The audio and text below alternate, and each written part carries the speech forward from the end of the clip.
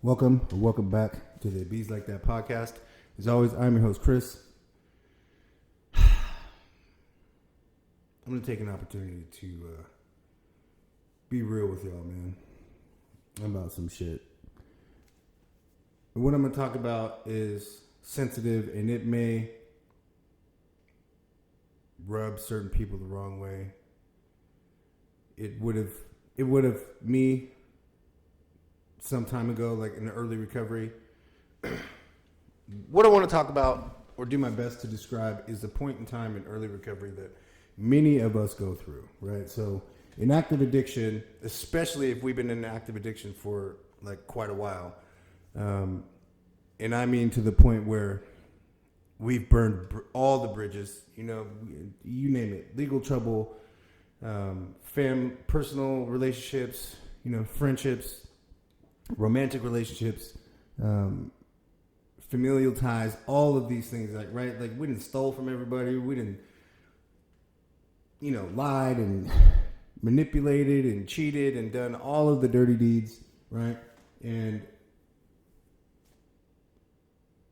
in large part, if not completely, everyone who is important to us or who we feel we should be important to has either written us off because they had to. And what I mean by written us off is just like set a hard boundary, right? This is a hard beach. Like, do not pass go. Do not collect $200. Like, you cannot kick it, man. There's just like too much damage done, too much trauma. I'm going to need some space.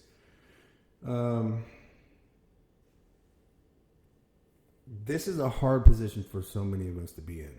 And the tricky part is when we are coming out of that, the tendency can be, and I've fallen victim to this too, especially when I was young and I didn't have as much life experience, not to mention no real recovery to speak of, right?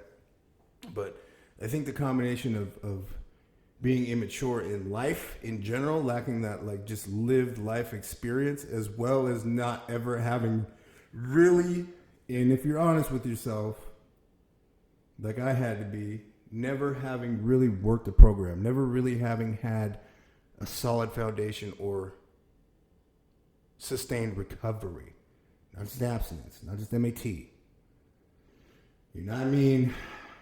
Look, man, back then, before I recognized the pattern that had become my life and the cycle of relapse and dependence and, just heartache and discouragement and depression and anxiety. Bro, when I hit 90 days, before I really was able to identify and label that pattern for what it was, I would hit 90 days or coming up on 90 days, and I feel like, bro, like I didn't solve the world's problems. Everybody should be happy with me. All of a sudden, I'm a master psychologist. Like, I'm going to the people that I hurt, right? And I'm dictating terms to them on how now I expect them to experience me. This new version of me, like this pink cloud version of me that has all of the stuff figured out. Right? What I don't understand, being this young, naive, immature, and I don't mean immature like in the typical sense. I just mean like in the sense that I just haven't had the experiences needed to gain the full perspective, to qualify my position on the terms especially that I'm placing on people in my life, or that I would like to be in my life, right? I don't see how mistaken I am. I don't see that while everyone, most probably, like the likelihood that everyone who knows and has loved me or still cares about me but has chosen to distance themselves from me, at least temporarily, what I don't recognize is that they see that I've done some good work, right? I've done some good work, but in no way in their minds are they ready to give me the level of access to them emotionally, spiritually, and physically, meaning just like proxemics. Like, it may be that you ain't allowed at some people's houses, and it's going to be like that for a while, and it may be that you can never go back. That sucks for you. I have that, and I've got over 5 years. right? But in these early days, we're so desperate to be affirmed for this early and great work, right? But still so new and so young. This is recovery in its earliest stages of infancy.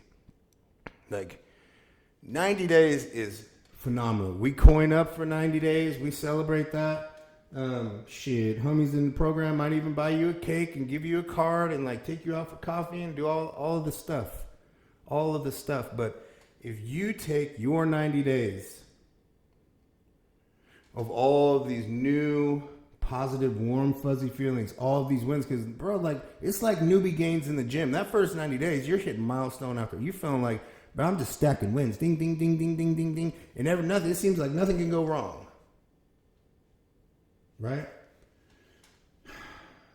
And then we get a reality check, and it's happened to me. I see it happen to people all the time, and it typically comes in a form of pretty much exactly what I said. Like, and I've done this, and I feel so foolish today, but I've done this before. Like, really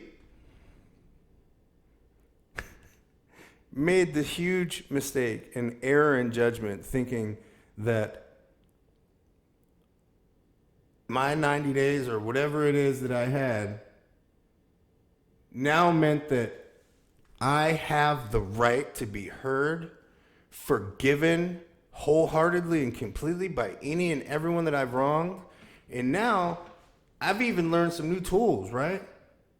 Because I might have a support system now. I got some professionals that I'm working with, and I'm learning some really cool stuff. So I'm like a kid with a new toy. I want to go show everybody my new red wagon and show you how fast I can run with it, or my brand new kite, show you how high I can fly it.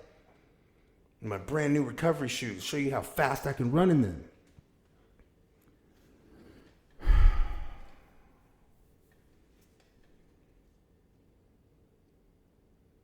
I have a ton of regret in my life, in my past, in things that I can never make amends for, things that I can never make right, and that I've had to give to God, give up to my higher power, and make a living amends, right? Because there's been too much damage done, and it would be too dangerous or damaging for myself or the other parties to even attempt contact or to try to like smooth any of this stuff out. So you let it go, you let God, you live a good and honorable life. With that, acknowledging that that is alive and has a heartbeat because I'm a human being and I don't, by my general natural presence and disposition in nature, do I want to hurt anyone.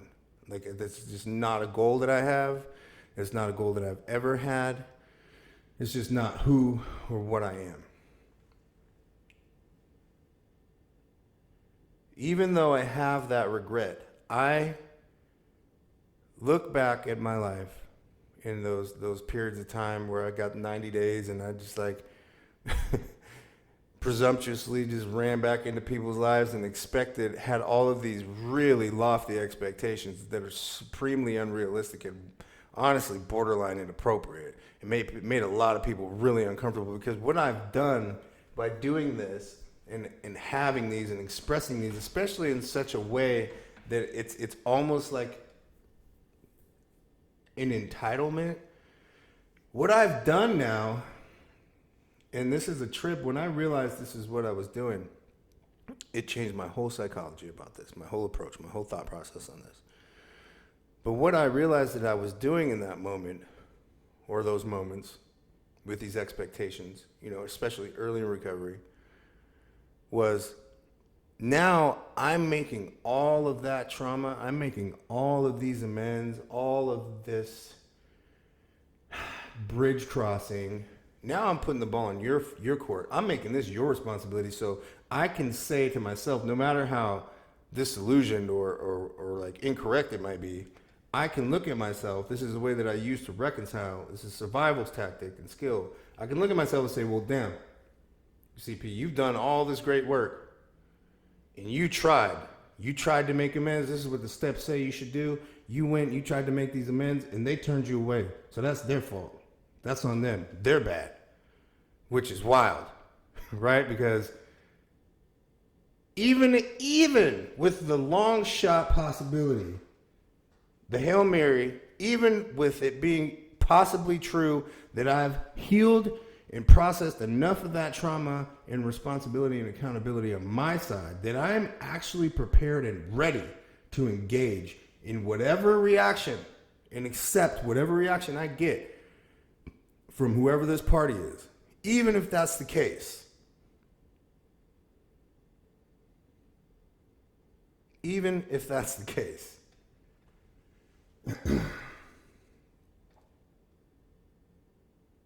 Just because now that I'm here and I'm ready doesn't mean the onus is upon the other person to receive anything I have to say. They don't even have to respond, right? Where I got tripped up, and a lot of people get tripped up, is they think that there's this just like unseverable connection, right? That this other person that I've harmed has a responsibility to hear me out. That's not the case, bro, sis. That is not the reality. You can make all the amends or attempt to make all the amends you want. People don't have a responsibility to hear you out for shit. Period. Let that sink in. When you hurt someone, sure, it's nice, right? And according to culture and a lot of religions, and I have a belief that forgiveness isn't just for the other person. Primarily, it's for you to let go of that poison, right? But there's no other person bears any responsibility to forgive you for a damn thing.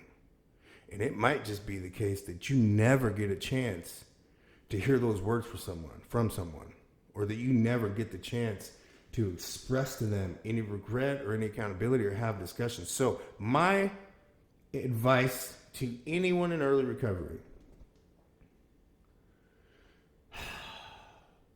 after you make your list of amends, right, and like you list all the people and all the shit you've done wrong and all the people that you need to go and talk to, my advice to you, I would highly, strongly caution you and recommend that you, and I mean, by all means, write all this stuff down. But when you're done, set that list down. Let it cook for a while. Right? And one by one, go by each one of these people, situations, and just really unpack all of it. And ask yourself, are my motivations here selfish? Is this like recovery and forgiveness driven? Like, is this genuine or not? Right? And if you have any question, if there's any debate in that moment, table that one. Come back to it later. Table that one, come back to it later. Because the last thing that I ever wanted to do, and I've done, and that I see people doing, they're making this mistake all the time, is rushing in too hot, coming in too hot, too early. Bam, people aren't ready when you're ready sometimes. It just be like that. People are not ready when you're ready sometimes, bro, sis. Oh, man, it's tough to swallow, but you got to just accept that. There was a time I was separated from my family. This was years ago when I was going through the worst of it. And I lived in Oxford for Oxford House. It's a form of it's housing, 12-step based recovery housing, right? So everybody that lived there is supposed to be in recovery or working the steps or at some point in their recovery process, right? But high level of accountability. I had a great experience with it, but I'm going to share this with you. I lived in Oxford for 18 months. So this is a year and a half. I spent a year and a half living outside of my family's home. This is years ago. Had all that time clean. When I was ready to move back in with my family, I expected my wife and my family to be ready for me to move back in with them. And honestly, we've had this discussion to move past it, but we've had to talk about maybe my family and my wife wasn't ready when I was ready, but I wasn't ready to hear that back then, right? just again highlighting and illustrating the point that like, cool, bro, like you on your shit, you're doing your journey.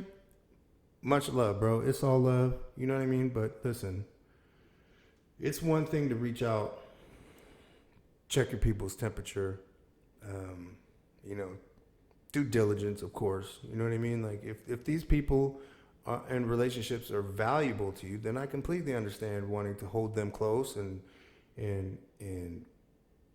trying to make time to hold space with these people and make these amends and have these discussions. But listen, man, like I said, if they're not ready, they're not ready. You got to just hold that L, bro. I mean, it's gonna feel like an L, so that's why I use that term. You know, in those times, you're gonna have to just hold that. Let that. It's gonna sting a little bit, but you're gonna have to just hold that. Be's like that, you know. And what I've seen happen in circumstances like this is, well, one, you're demonstrating to people like, hey, okay, I respect this relationship or this potential for it to heal and repair, but I also respect you, and I respect that you need what you need, right? And that's independent of what I need or what I'm doing. And whether or not I understand that, I gotta respect it, right? And I've seen and observed in other people in their relationships, and I've had this happen with me in some of my like relationships, is people see that and they appreciate that, because what they're unsure of sometimes, most of the time, is like, bro, like they've seen this with us a million times. They've seen this. They've heard it all. They heard all this good shit. You know what I'm saying? Like my dad used to say, that's what your mouth say. What's the rest of that? The implied sentiment there is that's what your mouth says. Let's see what you actually do. Right? People have been here with us before. So when you give them, that may seem small, you know. All right, cool. I'm gonna let that, you know, I'm gonna hold that L, and I'm gonna give you that space. I'm gonna value your time and space and ability to process and give you that autonomy, whatever. People see that and they be like, oh, you know, that plus time will soften a lot of hearts, especially if there's something there, no matter what the dynamic in the relationship is, whether it's family, personal, romantic, friendship, romantic, whatever. Time and understanding soften a lot of hearts and heal a lot of wounds, bro. But pressure rarely does. Not saying that I don't understand that intense drive to want to show people a difference in you, right? Because this is an accomplishment. You're proud of a win. You've done a lot of good work, but this isn't great work. You're still early. You got the truth of it is, and I'm gonna say it as simple as I can. You still got a lot to fucking prove.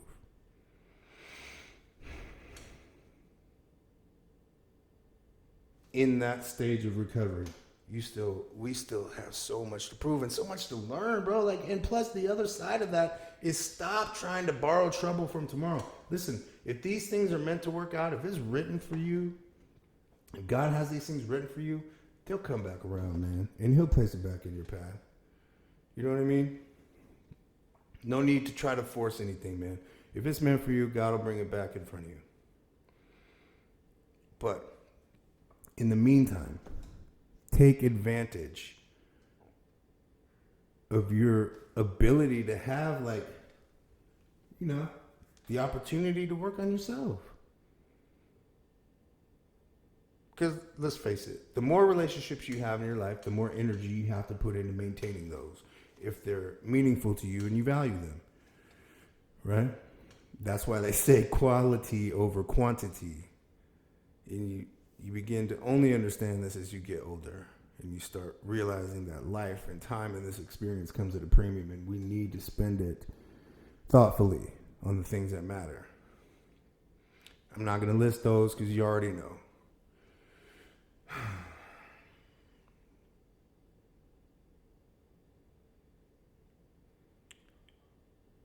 I shouldn't have to point this out, but I'm going to just due diligence. So another thing that drives that compulsion to feel like you need to just like get this off your chest and bring people to the table super early and demonstrate to them like this new version of you. That's a lot of fear.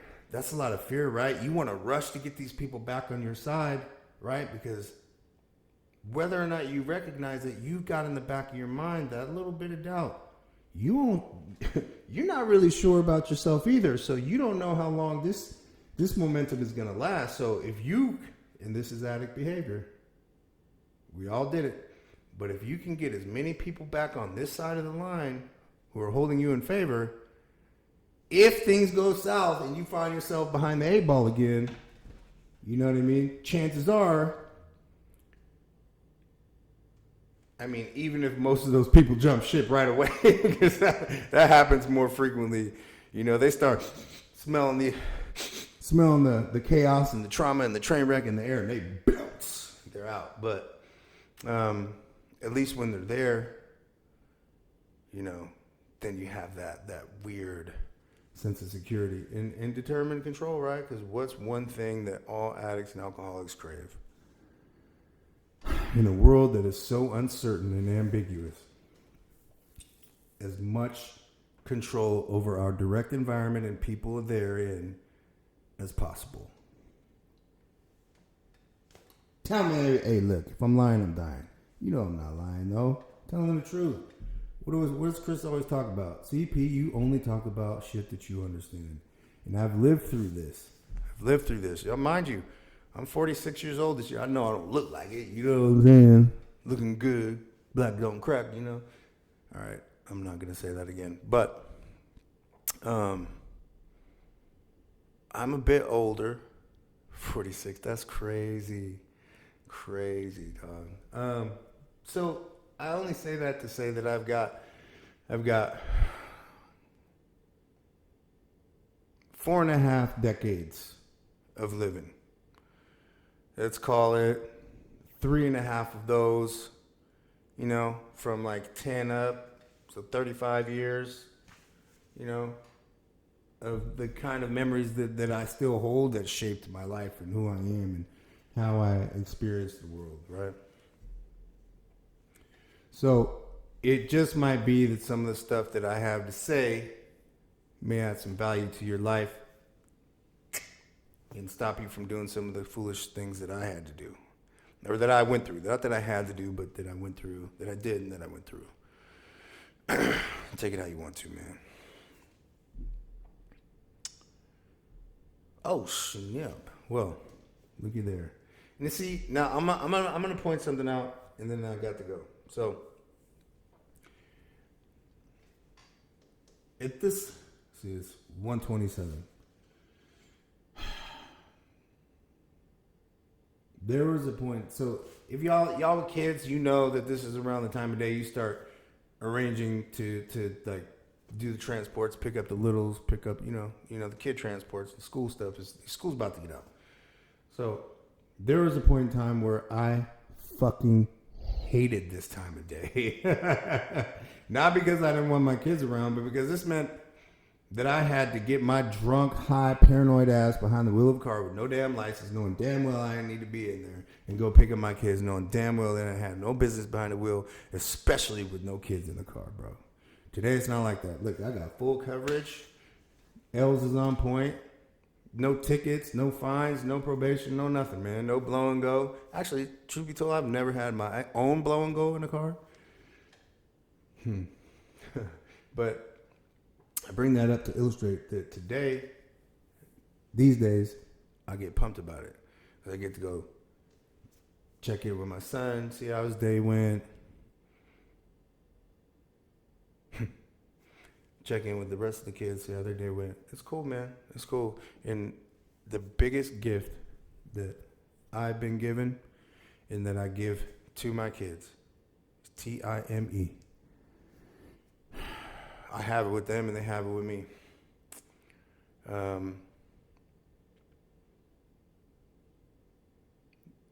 in closing, talking about some of that regret. Some of the regret that I have that I don't know will ever go away is that all of my kids got to experience different versions of me. They all today get to experience the same version, but some of them, when they were small or younger, didn't have access to the version of me that's here today. That hurts, man. It makes me want to cry every time I talk about it. But the beautiful part about it is now they all get the same version. Now I'm just as available to any and all of them. I mean, I have a couple adults, so, they do their thing. And, our relationship as adults is different than the little kids, but I still love them all the same, man. And I'm supremely grateful that today, like I said, T.I. and me, man, it's one of the greatest gifts we ever get or can give.